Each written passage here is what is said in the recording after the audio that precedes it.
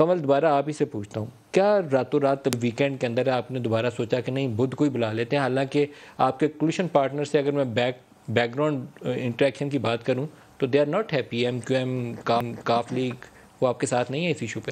دیکھیں ندیم ملک صاحب، ایک تو میں یہ پرسیپشن کہ جی بڑا ایمرجنسی میں ہو رہا ہے، یہ اس کو میں ایڈریس کر دوں کہ یہ کوئی ایمرجنسی میں نہیں ہو رہا ہے، یہ بڑا لانگ پینڈنگ ایجنڈا ہے جس کو آئی ڈونٹ نو کیوں سارے جو یہ پرانی جماعتیں ہیں لکھنے اور کہنے اور بار بار اس کا اظہار کرنے کے باوجود ایگزیکیوشن پہ جب آتا ہے ٹائم تو بھاگ جاتی ہیں۔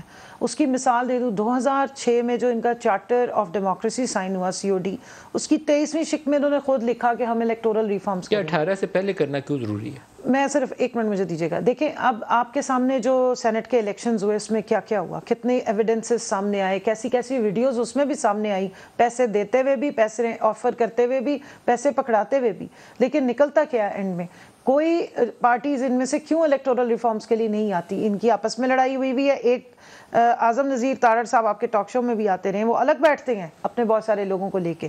دوسرا یہ 2017 کا ایکٹ پاس ہوا تھا 2 اکتوبر 2017 کو، الیکشن ایکٹ، جس میں اس وقت کی لیڈنگ جماعت طلال چودھری صاحب کی جماعت تھی، یہ خود بھی پارلیمنٹیرین تھے، 2/3 میجورٹی تھی ان کی، باقی ساری جماعتیں بالشموم جو اپوزیشن میں موجود جماعتیں جس میں ہمارے بھی ارکان تھے انہوں نے سائن کیا تھا۔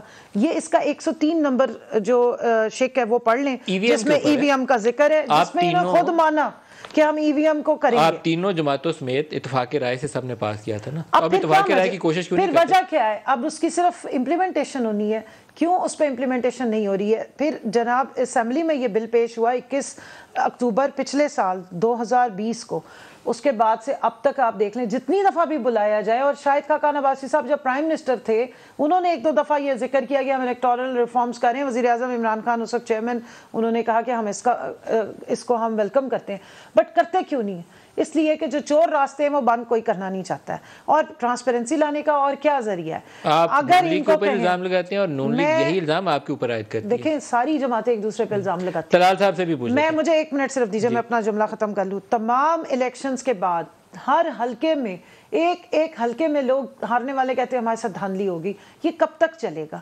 آپ کو کہیں کہ آپ اپنی کوئی لے کر آ جائیں، کوئی ہمیں آلٹرنیٹو بتا دیں، کوئی آپ کے پاس پروپوزلز ہیں وہ لے آئیں، تو نہیں آتے ہیں۔ 3 مہینے EVM پڑی رہی ہے اسمبلی کے باہر، کسی نے جا کے اس پہ اعتراض بھی نہیں اٹھایا اور کوئی جا کے جواز بھی نہیں دیا۔